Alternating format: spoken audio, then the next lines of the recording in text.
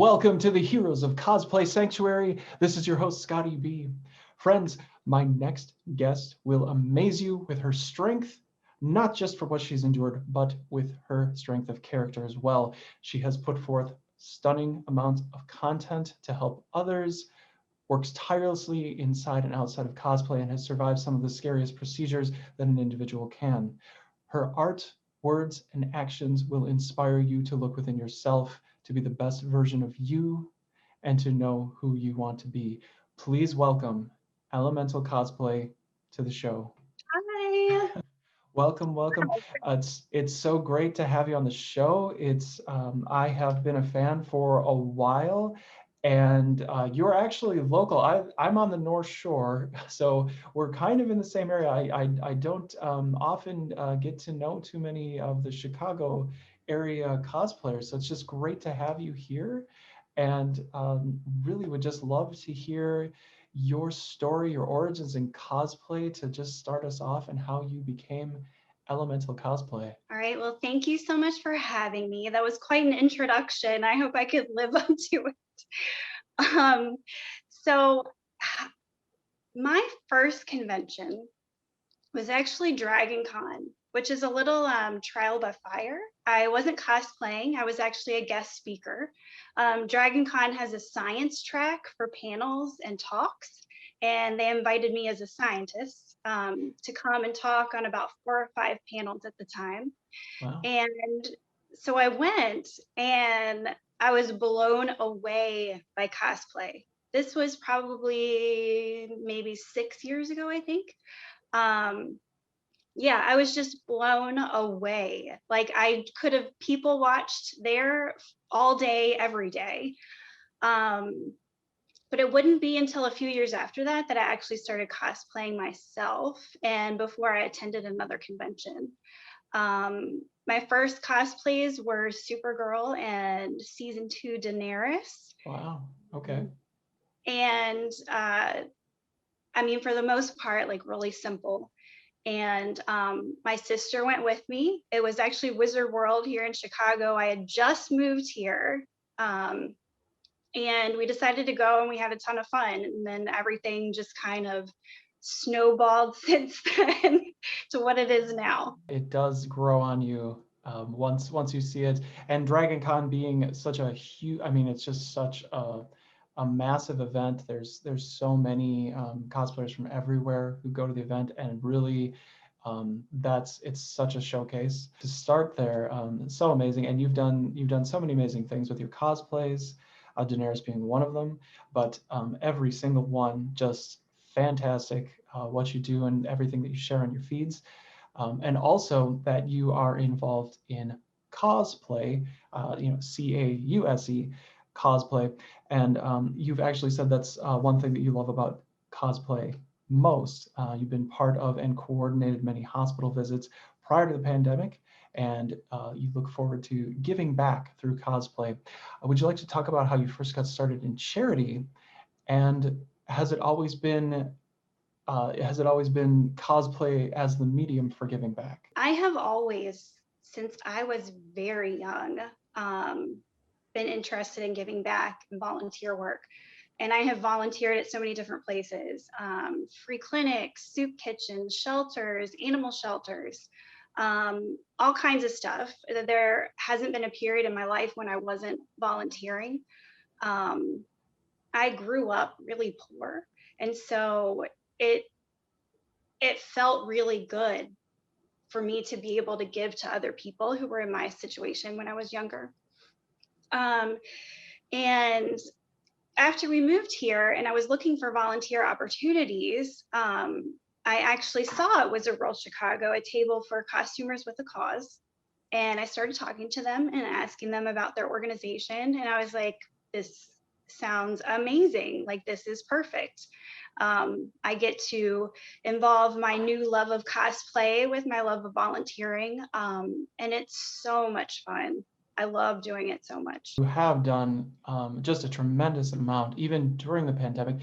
You've recorded, and my numbers might be off here, but over 1,400 personalized videos for children during the pandemic, including children in hospitals, students, and those connected with essential workers to really to bring videos to kids everywhere. It's just such an amazing accomplishment, first of all, and a wonderful way to give back to children during the pandemic, as we are all still fairly locked down, even with the vaccines that are now going around.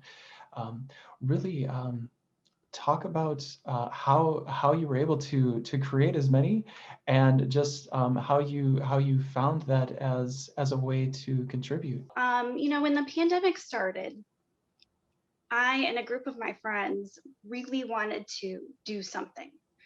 But last March, April, there really wasn't much a regular person who wasn't in the medical field could do, especially since I'm considered higher risk. Mhm. And we were all sewing masks like crazy. And then I had someone actually contacted me on Instagram, a parent, and said that their daughter's birthday was coming up and she was so heartbroken and she had had a really bad year medically. And they asked if I could, if they could pay me to record a message as Elsa. And I was like, well, of course I will do that. And, no payment required. Like this, I really want to do something. And that grew into, I think by now it's been like 3,500 videos. I recorded about 2,500 myself, and then sort of managed videos and got my group of friends to record different ones as well. And it not only helped the kids a lot, and oh my gosh, you should see the videos we've gotten back about kids watching them and how they had been so upset during the pandemic and not being able to go to school, but this really just did something for them. And it helped us too. A lot of people were out of work in the beginning of the pandemic. There were a lot of furloughs. In my group of friends, there were people who are professional costumers, and obviously live theater wasn't happening.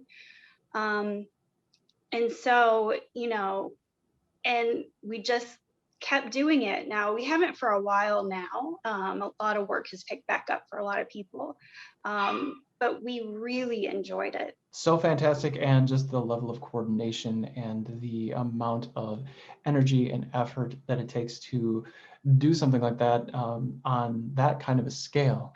It's just fantastic, and all of the different things that you've been able to do for the community, for everyone, with masks, with videos, and really just bringing a lot of joy to very, very many people. We thank you for all of the work that you've done during the pandemic.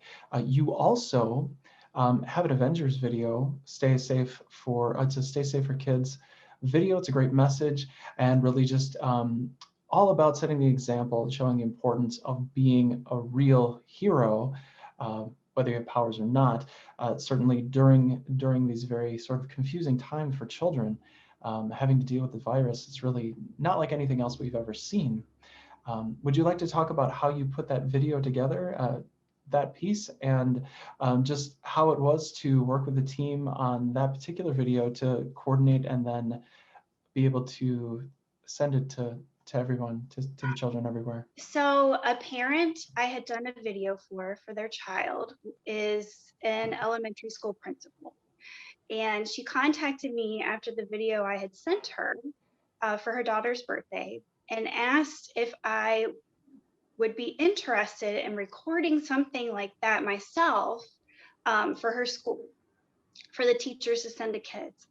And I said, of course I will. And then after just a few moments thinking about what I was going to do with it, I was like, you know what, I will do you one better. And we will do a whole Avengers video about the pandemic. And, again, I had a small group of friends. We each recorded parts. One of them wrote the script for it, and I collected the videos and edited them all together and sent them out to schools. And the schools loved it, the kids loved it, but it also made us feel like we were together again.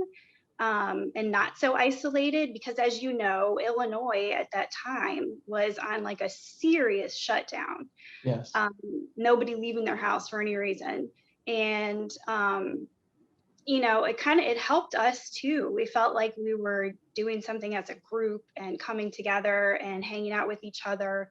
And and then it sort of snowballed from there. You know, I posted it online, and then I had, you know, schools from all over the world ask me if they could use it. And so there's been a lot of kids who have seen that Avengers video now. And it was a lot of fun to do it. Yes, it really did have an impact. It's a fun video and it has a great message. I will definitely include that in the description of the show notes for everyone to take a look at. So it's just great that you did put in everything that you have to help so many people, and really amid your own very personal battles as well. Some very tough things that you've been through in the last several months and just ongoing. This is, I guess, it's perhaps a more sensitive subject for me than it is for you. I think you've shared quite a bit of your thoughts about cancer and about recovery from cancer and those things that you have battled yourself through your social media. And really, there were a series of just stunning photos that you took and that we will share with the show. But really, you're just you're an actual life hero, if I may say so, for all of those things that you have been able to overcome. And you look at things like this and you always think that it affects people in a different age group. And you know, just to raise some awareness here on the show, without getting too caught up with myself, I don't want to get too verklempt while I'm explaining this, but you are a very young individual to be going through something like this.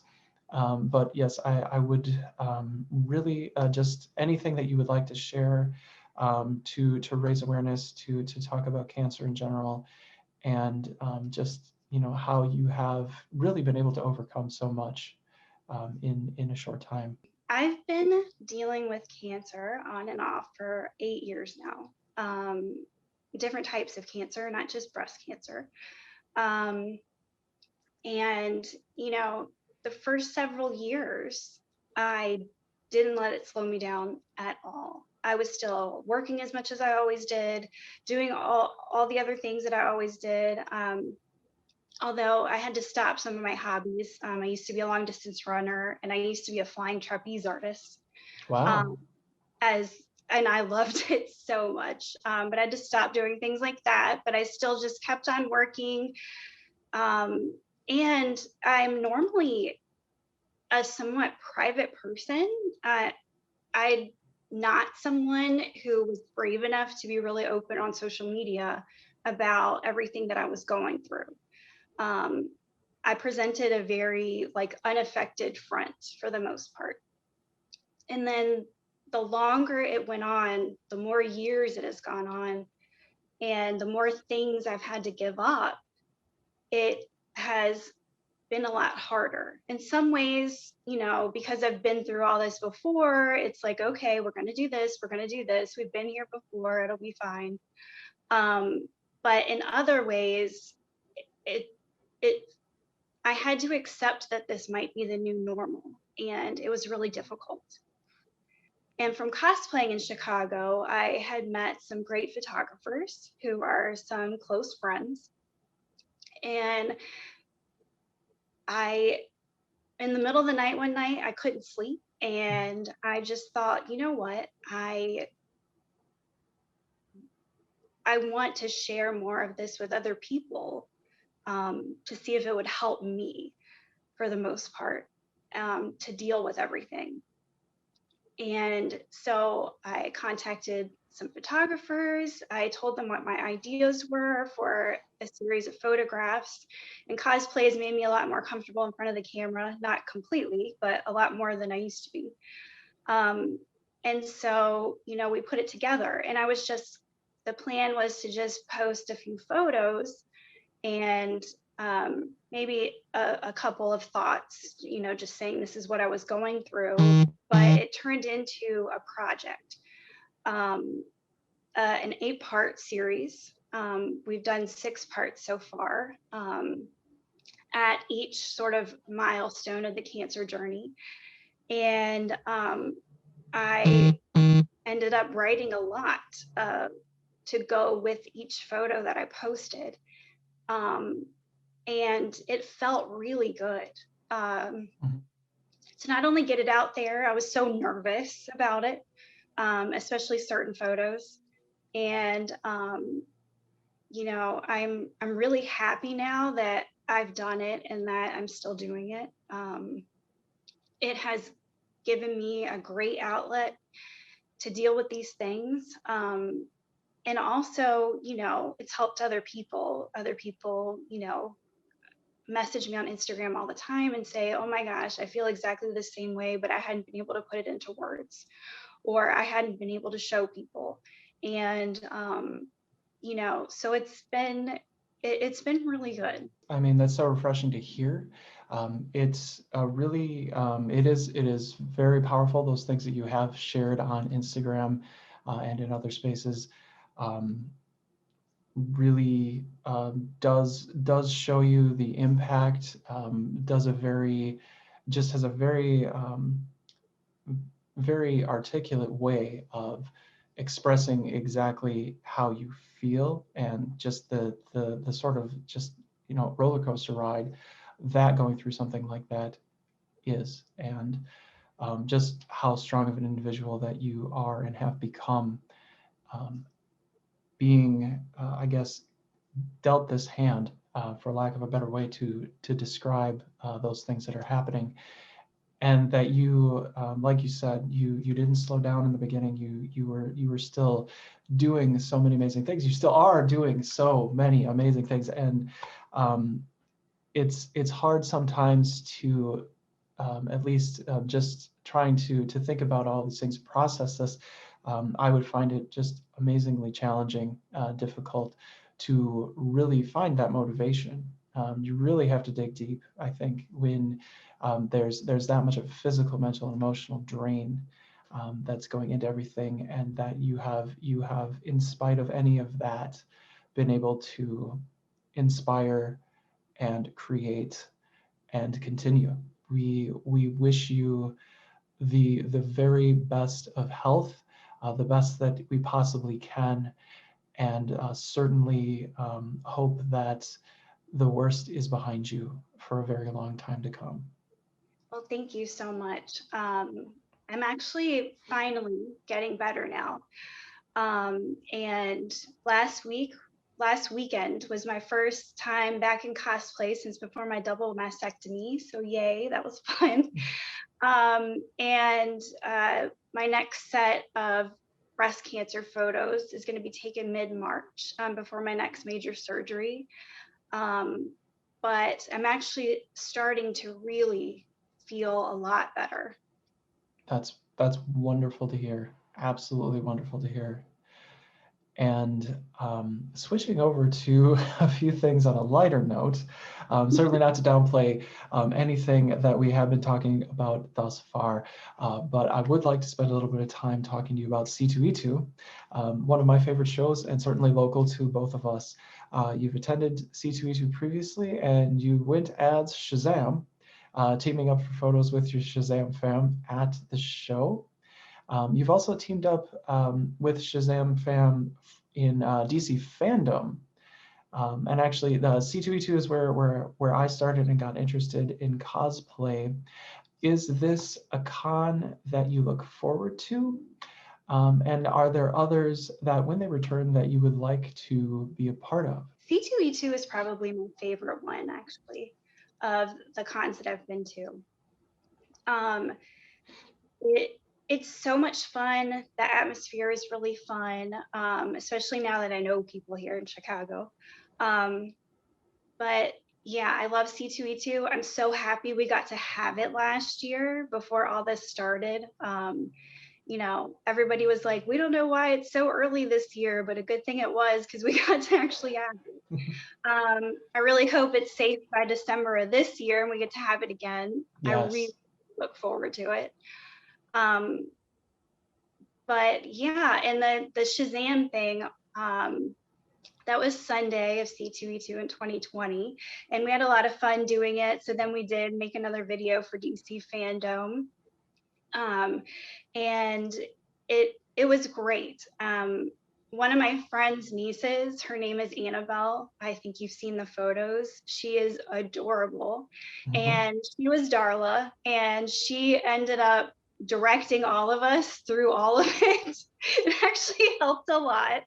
I was like, oh my gosh, this little girl's way better at this than I am. But yeah, we had so much fun with that. And then the plan was that sometimes for charity events, we were going to bring the whole family back together for different events around Chicago. But then, of course, the pandemic happened and we haven't been able to do that. But hopefully, when it's over and we're having charity events again, we'll be able to do something like that. Very much looking forward to seeing the group locally and just everything that you did. It was a fantastic shoot, and really looked like everyone had fun. And yes, she did. She definitely did have a very good handle on what was going on. Just really inspiring to see young people be engaged, but also just when they really know their stuff. It's so fun to watch the interactions and the engagement. There are and you've mentioned that cosplaying certain characters has brought you closer to the character in terms of getting into different characters. You have a couple that I would like to spend a little bit of time talking about. There's one creation that you have from Robin Hood Men in Tights, so a Mel Brooks movie from a little while ago, one of my favorites, along with Spaceballs and Blazing Saddles. But Men in Tights is just a fantastic show and a lot of fun. And also your Alice Steampunk that I would like to spend a little time talking about. But going back to Men in Tights, you did some amazing work with the props, with the arrows. There's just there was a lot going on inside of that cosplay. Would you mind talking about some of the challenges of putting something fun like that together, and just what you learn about, and how you get into the character as you're putting everything together? So I've loved that movie for decades, and probably my favorite thing to do when cosplaying at conventions is to do comedies. It's a lot of fun. The atmosphere is really light. People get really excited when they see it. And, I wanted to do Robin Hood Men in Tights. We were actually, a couple of friends were here at my house with me, and we were watching it for I don't know how many time. And I was like, you know what, we're going to do this. And I wanted to be Robin. And after I started making the costume, I was like, I really should have thought this through, because it is so many pieces. Like, who would think? It's a complicated. You have like the shirt and the vest and the pants and the tights and the boots, and he wears like 3 belts. Why does he wear 3 belts? And then you have like the dagger and the sheath and a sword and the bow and arrows and quiver and bracers. It was an insane number of things. All I was thinking was that I loved the movie and I wanted to do it. But it was my first cosplays. I'm normally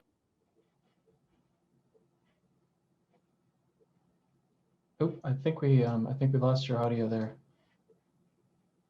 sewing for a really long time, and I really wanted to try, making props, but sort of on a simple scale, and it turned out pretty well.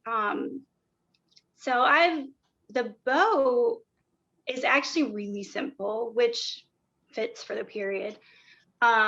And then any imperfections in it, I was like, it'll just look authentic. It's fine. It's not supposed to look perfect. The arrows were a lot of fun to make, actually. I don't use any leather or feathers or real animal products. And making like feathers, figuring that out for the arrows, and then trying to figure out something that would be approved to take through security, which, by the way, having that many pieces on and having to take them all off to go through a metal detector, I didn't think that went through either. I'm sure people behind me in the security line were like, are you kidding me?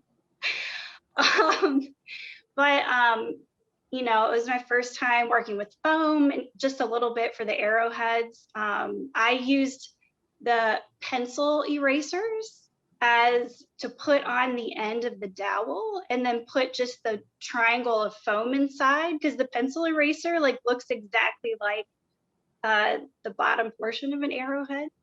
Oh. And you know, it was a lot of fun figuring all that out. I wanted it to be sort of a gateway, something really simple to lead me to do something really complicated, although that hasn't happened yet. I'm not a great foam smith. Maybe one day.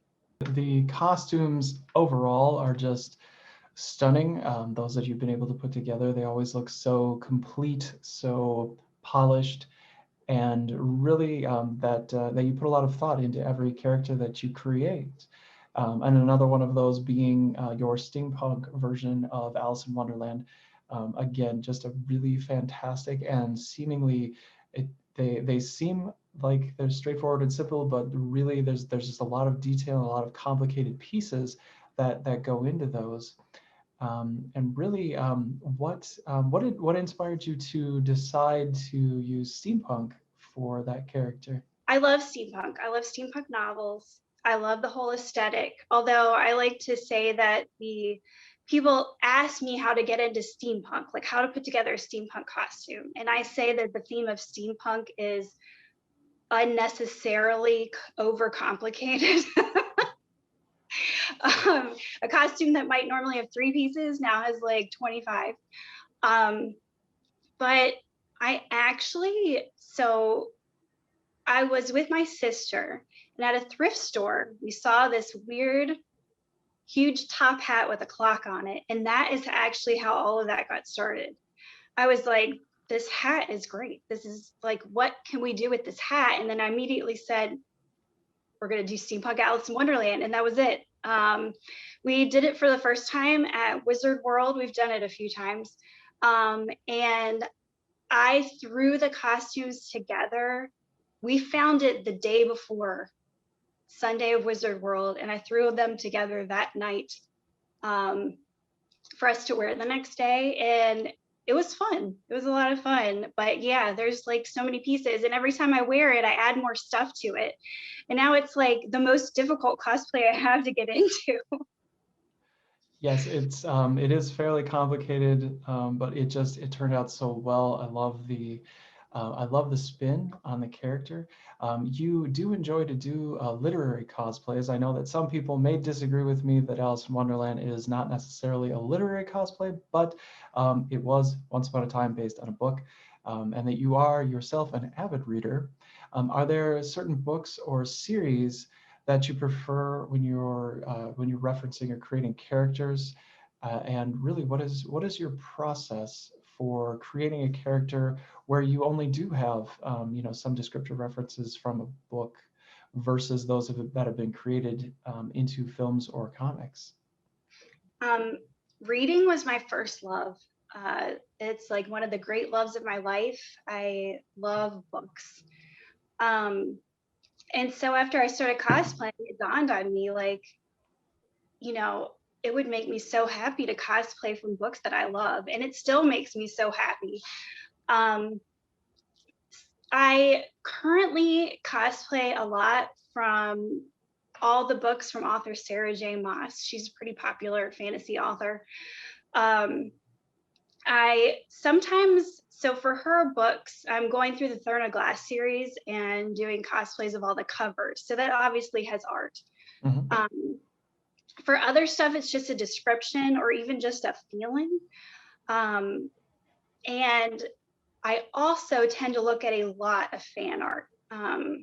You know, there's a ton of fan art for any novel you can think of. And I go through and look at a lot of it. And sometimes I actually do cosplay the exact fan art. And then I contact the artist and we sort of collaborate on it. But other times it's just, one of the reasons I love book cosplay is that it's more up for interpretation. You're never going to get someone saying it's not accurate, because every little detail isn't going to be described. So I like being able to put my own spin on it. Although honestly, in general, I'm not a screen accurate cosplayer. I sort of do what I like. Mhm. And also I have to be very aware of like how I can move in it and things like that. Um, but yeah, it makes me so happy. And then I found this small community on Instagram after I started doing it of other people who do literary cosplays. And we all get so excited every time we see someone post. Like it's crazy. Like we fangirl over everyone's cosplay all the time. Like, oh my God, this is my favorite character brought to life. I can't believe this. And you did have a giveaway, I think, not too long ago for the book series. I did see that. I unfortunately was not familiar enough with the books to actually be part of the giveaway, but it really they really do look like they're very absorbing books to read. So yes, and that I just think it's awesome. And if folks, if you're listening here and you are looking for just a different spin or a different place to find inspiration, certainly look for fan art of some of your favorite books. It can lead you down a completely different path in cosplay, and I think it's a wonderful place to look into being creative. Yeah, and some people ask me how I feel about, if I were to wear it to a convention and no one would really know what character I am. And I'm like, at conventions, I'm cosplaying for myself. Mhm. If it makes me really happy, I'm going to do it. And then even if there's that one single person who runs to you all excited because they're the one person who recognizes it, it immediately is just makes your day. It doesn't matter that hundreds of people, didn't ask for photos and have no idea what I'm doing. Um, yeah, I love that part of it. And I always like to say nothing bonds people faster than a love of the same books. People who love reading and love the same books are immediate best friends. That's So it is it's a great way to meet 100% people true. who love what I love too. So My final question for you is the same one that I do ask of all of my guests, and it is this: what do you feel that cosplay impacts within yourself? I definitely don't think I would have had the confidence to do these breast cancer photos. So especially the last few sets, showing all of my scars and everything, all my incisions. Um, I definitely wouldn't have been able to do that if it wasn't for cosplay. Um, I, when I was much younger, I had really bad social anxiety. I was incredibly shy. I was very awkward. I'm actually still pretty awkward. And um, I, struggled with self-esteem and body image, but I love creating and I love sewing, and cosplay led from me, making costumes to actually enjoying wearing the costumes, and having a lot of fun in it. And if I hadn't had cosplay to make me more comfortable in my own skin, I honestly think this round with breast cancer, would have been a lot more difficult. Mhm. Um, you know, I had endometrial cancer before, and I had to have a hysterectomy at my age. And you know, going in for the double mastectomy with breast cancer, it's it's a real adjustment to being comfortable with yourself. Um, and I honestly think if I hadn't worked on myself so much through cosplay and my self-esteem on a normal basis, that this would have been much more difficult. Um, I wouldn't have done the photo project. I would probably be struggling way more with how I look now. Um, it's actually helped a lot. And of course, I love the cosplay and I love volunteering, but um, what it has given me in terms of, you know, recovering from the mastectomy has been unimaginable. It's a certain type of therapy, and it's helped a lot. And we are amazed by your cosplays, by everything that you do to inspire us, by all of the work that you do in the community, and so much more. And thank you so much for sharing your story today, for being on the show. I can't thank you enough for taking the time out of your weekend and coming here and speaking with me and speaking with my audience. Thank you so much. Where can we find you and how can we support you online? Well, it's pretty easy. Instagram at elemental.cosplay. And that's really it. I tried to start a Facebook and I constantly forget about it. So one-stop shop Instagram for all of my cosplay. All right, there you have it, everyone. Elemental Cosplay. I will have the notes in the description on how to follow and support her. You can find her on Instagram. And again, thank you so much for being here today. It has been just amazing to talk to you and to share all of the many things that you've done on the show. So thank you. Well, thank you so much for having me. This was great. Maybe we'll get to meet in person one day when we're allowed to go outside again. Yes, I would certainly hope to see you at C2E2 in December. I will shoot for that. That will be wonderful. Awesome. But that is all we have, ladies and gentlemen, for the show today. Thank you so much. And of course, like, comment, and subscribe if you are watching this on YouTube. This is the Heroes of Cosplay Sanctuary. Have a great day, everyone. Bye-bye. Bye.